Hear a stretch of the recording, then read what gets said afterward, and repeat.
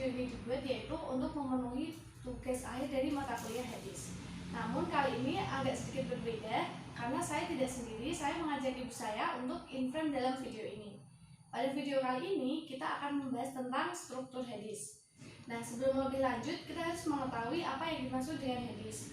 Seperti yang kita tahu bahwa hadis itu adalah salah satu sumber landasan syariat Islam selain Al-Quran. Pengertian hadis menurut istilah adalah sesuatu yang disandarkan kepada Nabi Muhammad, baik perkataan, perbuatan, dan ketetapan yang berkaitan dengan hukum syara. Nah, untuk itu kita juga perlu mengetahui apa saja struktur hadis. Struktur hadis dibagi menjadi 3. Yang pertama yaitu sanad, yang kedua adalah matan, dan yang ketiga adalah rawi. Baik, kita akan membahas satu persatu. Struktur hadis yang pertama yaitu sanad.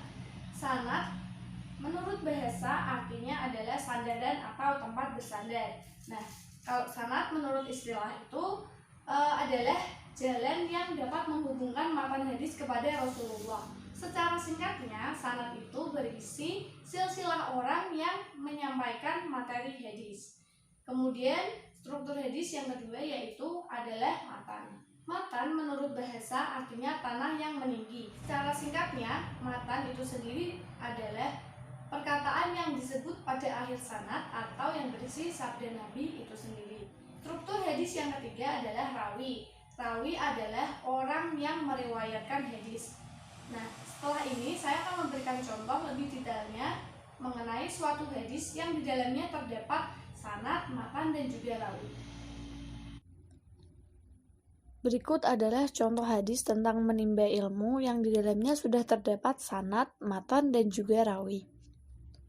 Haddatsana Abu Muawiyah anil A'masi an Abi Shalih an Abi Hurairah qala Rasulullah sallallahu alaihi wasallam man salaka tariqan yaltamisu fihi ilman sahhalallahu lahu tariqan ilal jannah. Sekarang kita akan menganalisis satu contoh hadis mengenai menimba ilmu yang di dalamnya nanti kita akan mencari struktur dari hadis yang terdiri dari sanad, matan, dan juga rawi.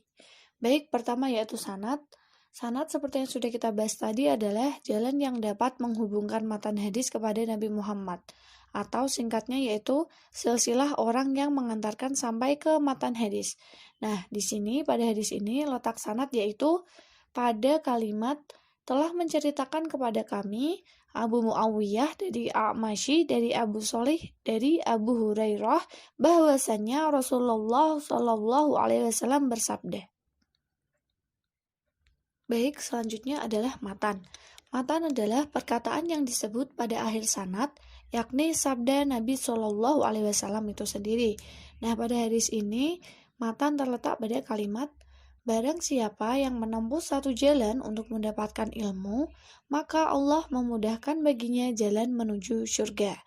Nah, itu adalah matan. Yang terakhir dari struktur hadis adalah rawi. Rawi adalah orang yang meriwayatkan hadis. Nah, di sini sudah sangat jelas terlihat bahwa perawinya adalah hadis riwayat Muslim atau orang yang meriwayatkan hadis ini adalah Muslim. Itu tadi adalah contoh dari hadis yang di dalamnya terdapat sanad, matan, dan juga rawi. Selanjutnya kita akan membahas tentang perbedaan sanad dan juga rawi. Yang pertama, perbedaan pertama, sanad adalah orang yang menerima dan hanya menyampaikannya kepada orang lain tanpa membukukannya. Sedangkan rawi adalah orang yang menerima kemudian menghimpunnya dan membukukannya dalam sebuah kitab takwin. Rawi juga dapat disebut sebagai mudawin atau orang yang membukukan atau menghimpun hadis. Nah, perbedaan yang kedua yaitu sanad pertama adalah orang yang langsung menyampaikan hadis tersebut kepada penerimanya. Sedangkan rawi pertama adalah sahabat Rasul. Jadi, singkatnya penyebutan rawi dan juga sanad adalah berkebalikan. Seperti yang contoh yang saya sampaikan tadi, berarti sanad pertama adalah Abu Hurairah, kemudian sanad kedua adalah Abu Shalih, dan sanad ketiga adalah A'masy, dan sanad yang keempat adalah Abu Muawiyah. Kemudian rawi berarti berlaku kebalikannya.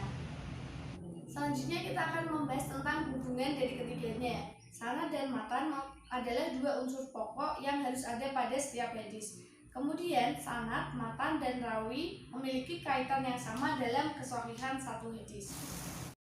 Demikian materi yang bisa saya sampaikan mengenai struktur hadis, di mana ketiga unsur tersebut tidak bisa dipisahkan dalam suatu hadis yang sahih. Terima kasih sudah menonton dan wassalamualaikum warahmatullahi wabarakatuh.